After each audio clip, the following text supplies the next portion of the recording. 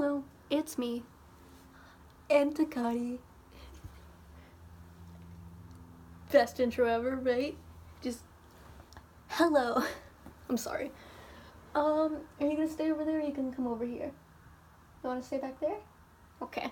Guess he's gonna lay in my bed, so I'll just kind of move over a little bit so you can see him, because let's be real, what's the real reason you're here? Me or him? So, I am here.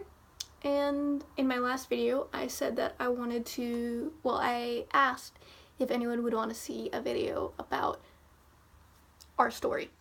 Not just his story, but my story too. On, like, my adventure in getting a service dog and everything. Because in my last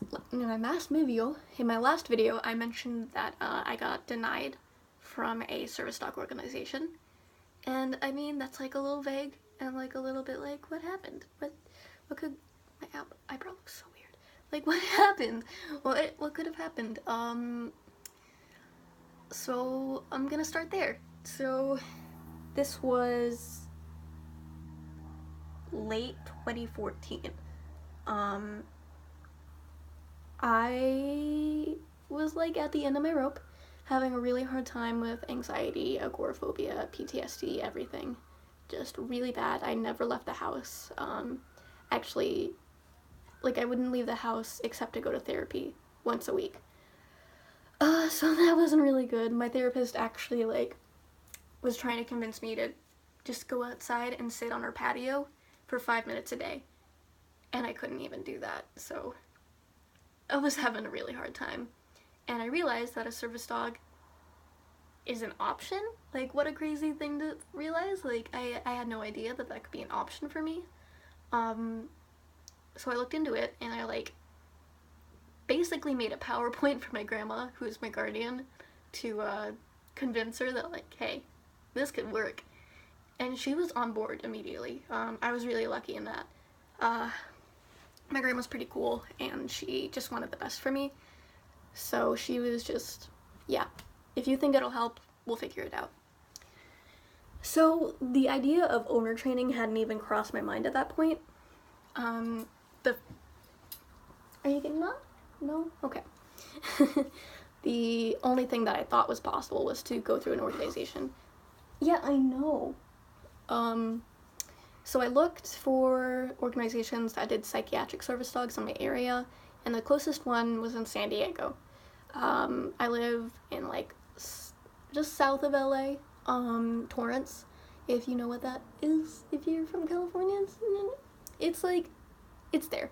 So it's like a 2.5, 3-hour drive to get to San Diego. So, yeah.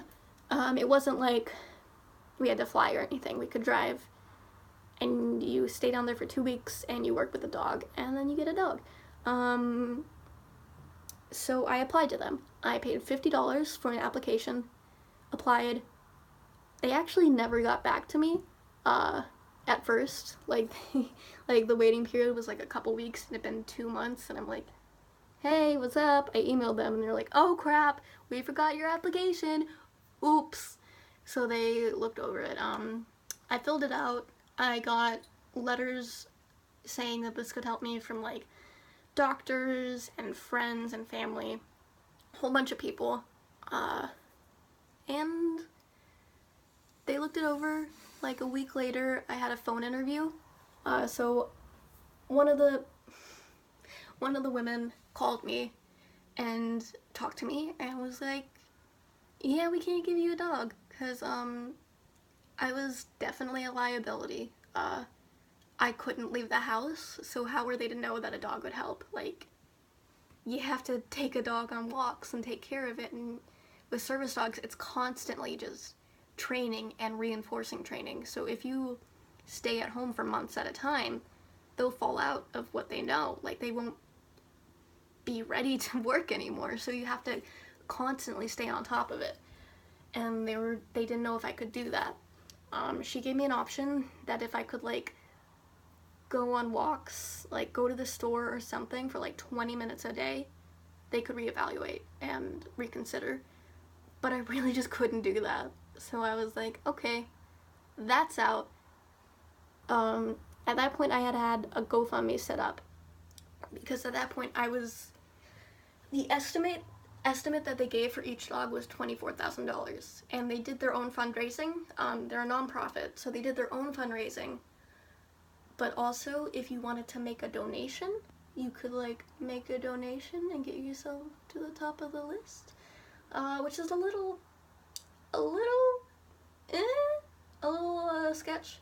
But I was like, okay, $24,000, I'll figure it out. So I made a GoFundMe. I got $60, and that ended up going towards him. And like I was selling my buttons and stuff, and every dime went towards him. But like it wasn't anywhere near enough. It was like $150 out of 24,000. So like when we did get denied, it was kind of like, well, okay. So there's a plane going by. That's fun. Hello, plane. Nice to see you. So that was definitely disheartening. I had really thought that I was gonna go down that route and get a service dog from them. So that didn't work out, and it was like, well, what do I do now? So I looked into other options, and I found out that I could owner train a dog, and I didn't know anything about training at that point. Like I'm still not that great at it, but like I try my best. Tequate is probably not the best service dog in the world, but he does his job and he doesn't disrupt anyone. So like, it's okay. We found him in a shelter in San Pedro. He had been there for a month already because he had 2 chips in him for some reason, and they both belonged to this, like they're both the address or the same person in each chip. And they were required to keep him in the shelter for like a certain amount of time if the people didn't reply. So they never replied. He had one release date, and it actually got moved up like another 2 weeks, which sucked. But like when we found him, it was so awesome. Like I was so distraught, having such a hard time, and I was like, hey, here's this golden retriever. I was looking for a dog that was like between the ages of 1 and 3, because even 3 is getting on the like, you're a little old side, because usually, in most cases, people start looking into a prospect when their dog is like 6 or 7. So I definitely did things wrong, but it felt very dire, and I didn't have the time or the resources to take care of a puppy. So we found him. He was 6 at the time. That's really, really old. Like, it's not old in terms of a dog's life, it's like middle-aged, but it's pretty old to start training a dog to be a service dog. So I definitely took like a huge risk getting him, and I don't recommend getting a dog that old. It's what I did, and I wouldn't go back in time and change it, but will I ever do it again? No. Because like I've only had him for 2 years, and he is an old guy now, and like I haven't been going out as much anyway, so like it doesn't even matter that he isn't like a spring chicken anymore. He still has some energy in him. He's still ready to work when he has to work, and I think he enjoys it. I mean, like, he had a lump removed on his face. It's another thing of getting old. They get lumps, and the vet recommended we got it removed. So we got it removed, and he was in a cone for a couple weeks because he was trying to scratch it off, so he couldn't go anywhere. And like, he definitely wasn't having a good time during that time. So I think he enjoys working. And the second that he's not able to work, or it seems like he's not wanting to work or anything, like, I'll take him out. Like, I ask the vet all the time, do you think there's any reason he shouldn't work? And they're always like, no, he can work. So, yeah, just a disclaimer to know that, like, I'm not pushing him too hard. I would never do anything that he wouldn't want to do. I feel like I'll know when the day comes that he doesn't want to work anymore. Or maybe I won't, but I hope I know. So, yeah, anyway, that's really off track. So he was 6, and he was in this kennel with a little puppy. Her name was Bailey, or his name, I don't know. His name was Bailey, and like I said, I couldn't do a puppy, but he was so gentle with Bailey and just such a sweetheart. And he came up to the bars and was like, "Hello, pet me, I am a friend." And he was just such a sweetheart, and we made that connection, at least I did, instantly. Like, I don't know, I get attached pretty easily. He probably was just like, "Hello, human, please pet me, I don't care who you are." But I was like, this is the guy. This is the guy. You know, my grandma was like, you know, he's a little old, but he was perfect. I mean, and he is perfect, and it really worked out. But I still don't recommend it, just for all the reasons I listed. So we visited him like every other day. It was a bit of a drive, but like, I wanted to see him, and like, I wanted to make it very clear to the shelter, like, I'm serious. This is the dog I want. So he got a release day, and you couldn't reserve him because he was like on hold for the people who had him before. You could not say like the day before, "Hey, we're gonna come over and get this dog. Please don't give him to anyone else." So we had to show up there at 7 a.m. and wait for them to open at 7:30. And we were sitting outside, and there's a guy who sits down, and we're like, "Hello, what's up? Are you looking to get a dog today?" And he's like, "Yeah, I'm gonna go get that golden retriever in there. His name's Tequate." And we were like, "Oh, oh no."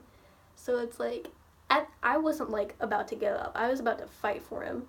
Like, you want to go? Square up. Let's go. So we're talking to the guy, and you know, he seems like a really nice guy. He just wants a dog. And I'm like, well, I need a dog, so no. And we go over and we see him, and he's there, and he's like, "Hello, good morning," just being a sweetheart as he does. And after we like keep talking about like what we want to do for him, and what we wanted to train him to be a service dog, and how many problems I had. Like, I was like spewing out my entire life story to this dude, trying to convince him like, "Hey, can we have this dog?" I'm like, "Okay." And he reveals, once he's realized that we're like probably capable owners, that he's with a rescue, and he was there to pick up the dog and bring him to his golden retriever rescue, which was like such a relief. Like, you don't want this dog to be a personal pet, thank God. And he like was super cool. He stayed with us through the entire process of adopting him, making sure that he got to a good home. And he gave us his phone number to call him if we had any problems, and if we couldn't keep him, to please call him instead and give him to a rescue instead of a shelter. So like, that was really nice to, I mean, it was super cool. I don't know what other way to describe it.